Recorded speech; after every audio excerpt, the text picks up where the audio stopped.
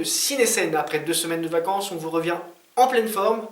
Enfin, à peu près, parce qu'on a quand même pas mal fait la fête, donc on n'est pas tant en forme que ça. Et avec toujours au programme, les Mureaux et Verneuil, Frédéric Dard, l'espace Maurice Béjart. Voilà. Et on commence comme toujours avec les Mureaux. Et ouais, je sais, on en a beaucoup parlé sur Scène TV, mais on en reparle encore un petit peu, puisque Star Wars épisode 7, le réveil de la force, est encore à l'affiche, inévitablement. Il sera encore un petit moment, ou en tout cas par intermittence. Que dire de plus, sinon allez le voir, le revoir encore une fois. Si ça fait pas 18 fois que vous y êtes allé, allez-y encore une fois ou deux. Et puis voilà, moi j'ai kiffé, j'ai adoré, on attend avec impatience la suite. Sinon, la suite justement, c'est Le Grand Partage, une comédie avec des acteurs dedans, parce que j'ai oublié les noms.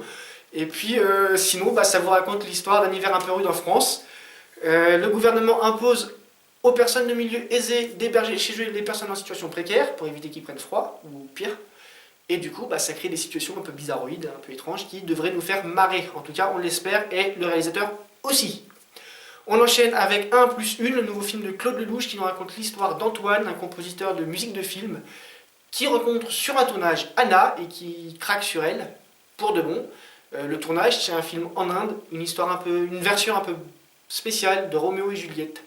Et on y retrouve notamment Jean Dujardin dans ce film.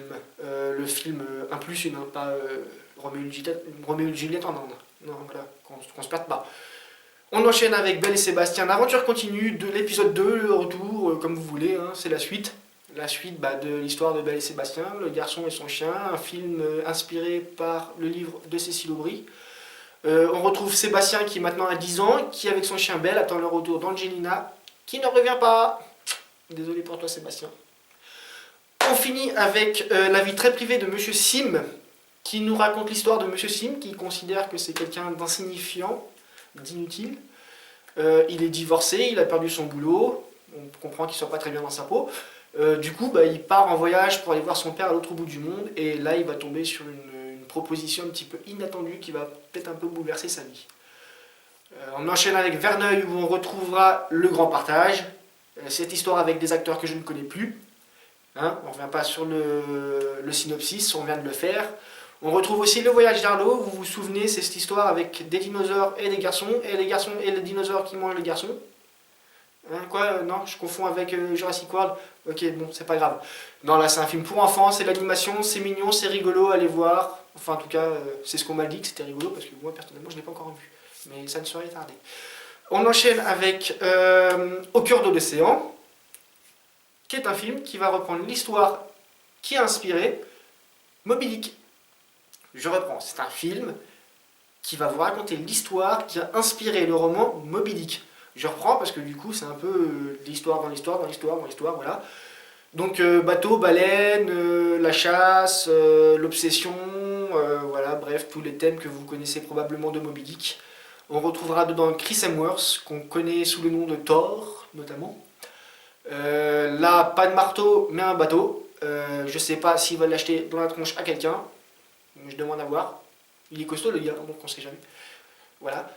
Sinon, ça a l'air sympa aussi, donc allez voir. Et puis c'est toujours des films qui sont intéressants parce que ça nous donne un point de vue différent sur l'œuvre dont il s'inspire, pas s'inspire, mais dont il est originaire, on va dire. Comme vous le savez, il y a d'autres cinémas dans la région, pas forcément les Mureaux et Verneuil, même si allez d'abord dans ceux-là parce que ils sont gentils, nous j'héberge aux Mureaux. Alors allez-y. Donc allez voir d'autres films ailleurs si vous voilà, et moi je vous conseille notamment Les 8 salopards de Quentin Tarantino qui continue à revisiter le western à sa sauce. Spaghetti, certains diront. Merci pour la référence, elle était naze, je sais. Voilà, donc Les 8 salopards, c'est pas la suite, mais c'est peut-être un petit peu. Ouais, si vous avez aimé Django Unchained, je pense que vous devrez retrouver peut-être à peu près les mêmes thèmes et le même style, puisque c'est du Tarantino aussi. Et un autre film, deux conseils cette semaine, Janis, qui nous raconte l'histoire de Janis Joplin. Si vous êtes fan de musique, ou en tout cas de films qui parlent de musique, essayez d'aller voir parce que je pense qu'elle a une vie intéressante. Et puis voilà, c'est encore un de ces génies musicaux qui est mort trop jeune et qui malheureusement ne va pas nous faire profiter assez longtemps de son talent. Sur ces bonnes paroles, moi je vous dis à la semaine prochaine, et jusque là, que la force soit avec vous.